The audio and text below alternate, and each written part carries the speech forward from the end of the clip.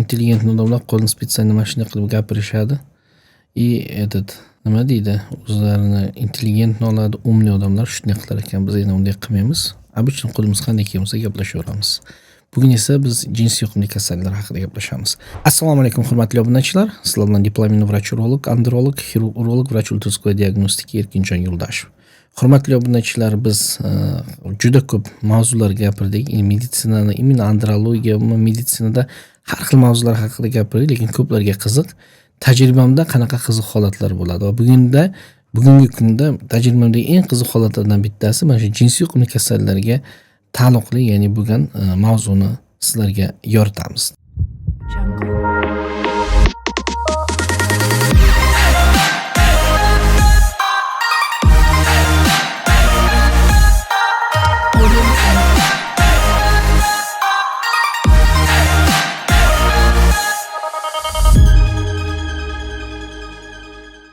Hurmatli obunachilar, meni o'tgan safargi video lavhalarimda ko'rdilaring, işte jinsiy yuqumli kasalliklar har xil bo'ladi, uni hamma har xil davolaydi.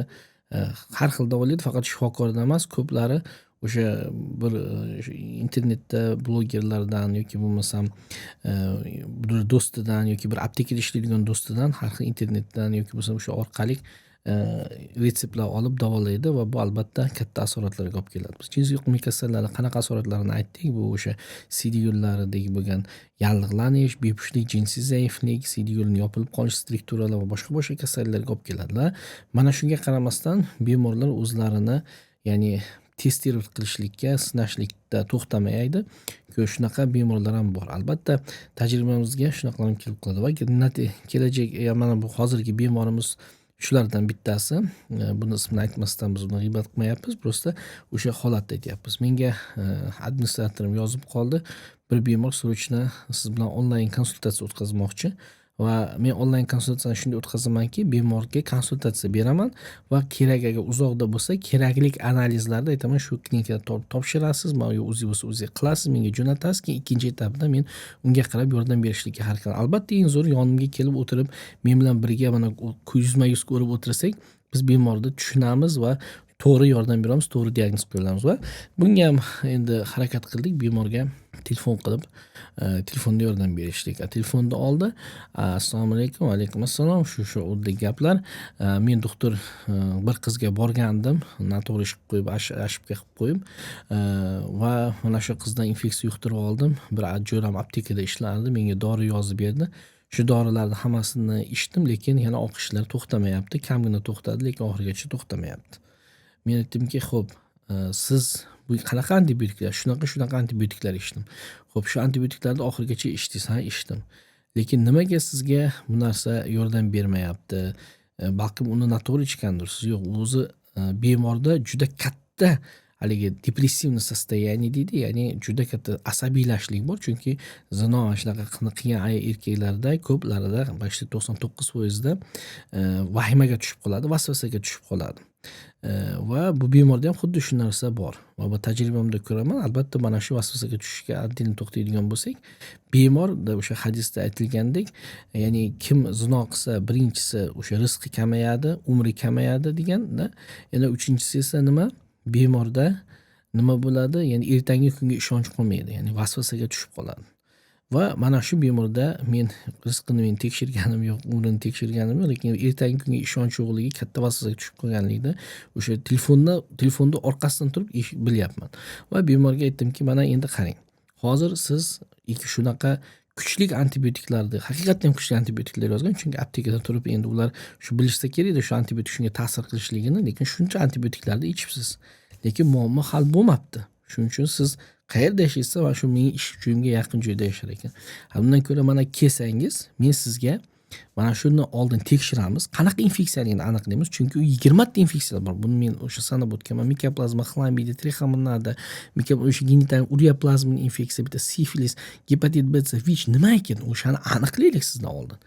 Keyin esa unga qarab biz o'sha nishonga qarab cho'tlab uraylik.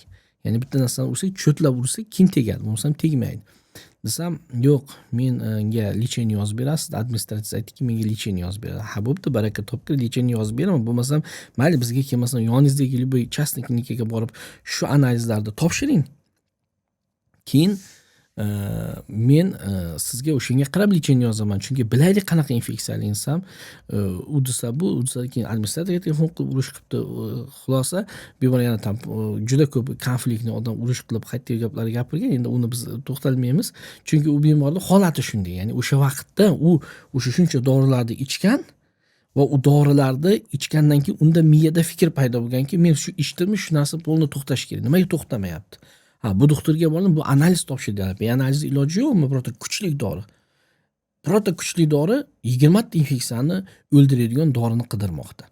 Bunaqa narsa yo'q. Ya'ni biz agar bir infeksiyani davolamoqchi bo'lsak, har bir infeksiyani o'zida antibiotik bor. Bir xil 3-4 ta infeksiya bitta antibiotik ta'sir qilishi mumkin. Lekin ichida boshqa infeksiya bo'lsa, unga boshqa antibiotik yozish kerak. Uni qanaqaligini aniqlash kerak.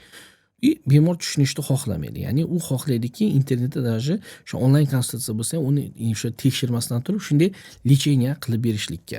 Bemorda depressivniy состояниеda bu narsani tushuntirib bo'lmaydi va bu bemor albatta bilmadim, oldingizga kelaman deb aytdim, kelmasangiz ham mayli, chunki u juda katta muammolari bor, miyasiga ham o'tirib qolgan va agar mana shunday ketish bo'ladigan bo'lsa, bunda shunaqa asoratlar bo'ladi. Bepushtlik, jinsiy zaiflik, CD yo'llariga o'tib ketsa, o'sha agar gonoreya oxirigacha davolanmasa, xronический o'tib, bu bemorda o'sha CD yo'llarini yopib qo'yish, struktura bo'lishi mumkin, yopib qo'yishi mumkin, toraytirib qo'yishi mumkin va uni operatsiya qilib olishga to'g'ri keladi. Nima uchun bepushtlik? Chunki o'sha bekorga biz urologlarga, hamma bemorlarga ham aytaman, urologlar bekorga nima uchun urologlarda organi bitta, misol jinsiy olat, prostata, tuxum, pochka, bular hammasi bir-biri bilan juda bog'liq. Bitta limfa to'qimalar, qon tomirlar, pochkadan kelgan o'sha naychalar, hammasi bir-biriga bog'liq. Nima uchun? Chunki mana shu kasalliklar bo'lsa bir-biriga ta'sir qiladi. Ya'ni bu CD yo'ldan kirgan nimaga bepushtlik ko'p keladi? Chunki tuxumga ta'sir qiladi. Tuxumning ichidagi bo'lgan urug'larni nol qilib qo'yish mumkin yoki yopib qo'yish mumkin yo'lni, kanalni. Ya'ni shunaqa holatlar bo'lmasligi uchun bu bemorni oldin aniqlab tekshirish kerak. Sizda ham agar shunaqa holat bo'ldimi, bundan uyalmang. Hech qanaqa uyatsiz emas. Bu endi bular ish bo'pti, hamma ishni qilibsiz, endi erkakchilikda bo'ladi deymiz, biz hammaga aytamiz, noto'g'ri ish qilibsiz. Lekin bemorlar o'sha o'zlaricha o'zboshimchalik qilib davolanadi va bu albatta hech qachon bir foydaga bo'lmaydi. Men tajribamda foydaga bo'lganini ko'rmadim. Ya'ni faqat bu narsa o'sha noto'g'ri. Ya'ni aytadi-ku, chimchiq so'ysa ham qassob so'ysin deb. Buni hamma biladi. Lekin agar o'zinikida kasallik, jiddiy muammolar, bepushtlikka, bunaqa katta asoratlarga olib keladigan muammolarga kelsa, qassobga emas, bir qo'shnisiga, o'sha yosh 10 yoshli bolaga xuddi molni katta qo'yni so'yib yoki qo'yni yo molni so'yib berdi deb pichoqni ushagandek. U qolgancha tiqadi, qoringa tiqadi, yuragiga tiqadi, mol harom o'ladi. Shuning uchun sizda ham ishingiz shunaqa yomon bo'lmasligi uchun, yaxshi tugashligi uchun buni professionallarga siz ishonishingiz kerak. Va biz mana shu soha bo'yicha shug'ullanamiz. Hozir siz bizga yoki bo'lmasa любой doktorga именно shu ish bilan shug'ullanadigan, shunga ixlos qilsangiz, biz aytmaymiz bizga keling bu gaplarni, bu sizni haligi bizga odam chaqirish uchun qo'rqitib sizni, misol bor-ku shunaqa narsalar.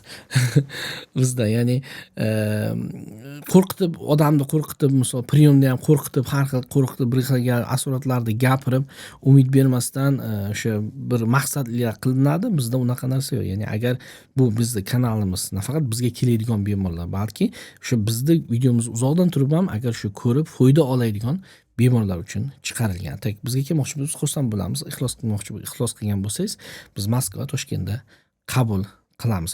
Hurmatli obunachilar, mana shunaqa klinik holatlar va bu klinik holatlardan ham yana bitta eng qizig'i, bir bemor keldi, yoshi 48 yoshda, imni erkak kishi va jinsiy aloqa qilgan va jinsiy aloqa qilgandan keyin analizlar olgandan keyin kirib menga bir gap aytdi va u gapni aytsam sizlar kulasizlar, lekin bu haqida kelasi videolarda aytamiz. Albatta mana shu videoga like qo'ysalaring, kommentariy yozsalaring va boshqalar bilan podelиться qilsalaring, men o'sha erkak haqida gapiraman va u juda ham kulgilik, ham ismih igrih deydi, ya'ni u ham gunohlik ish va bu gunohli ish nimadan ekanligini va nima orttirib olganligi haqida kelasi video lavhada. Hurmatli obunachilar, bizga obuna bo'ling va sizlar bilan esa Moskva shahridan diplomированный vrach, xirurg, urolog, androlog, vrach ultrasvуковой diagnostiki Erkinjon Yo'ldashev edi. Salomat bo'ling.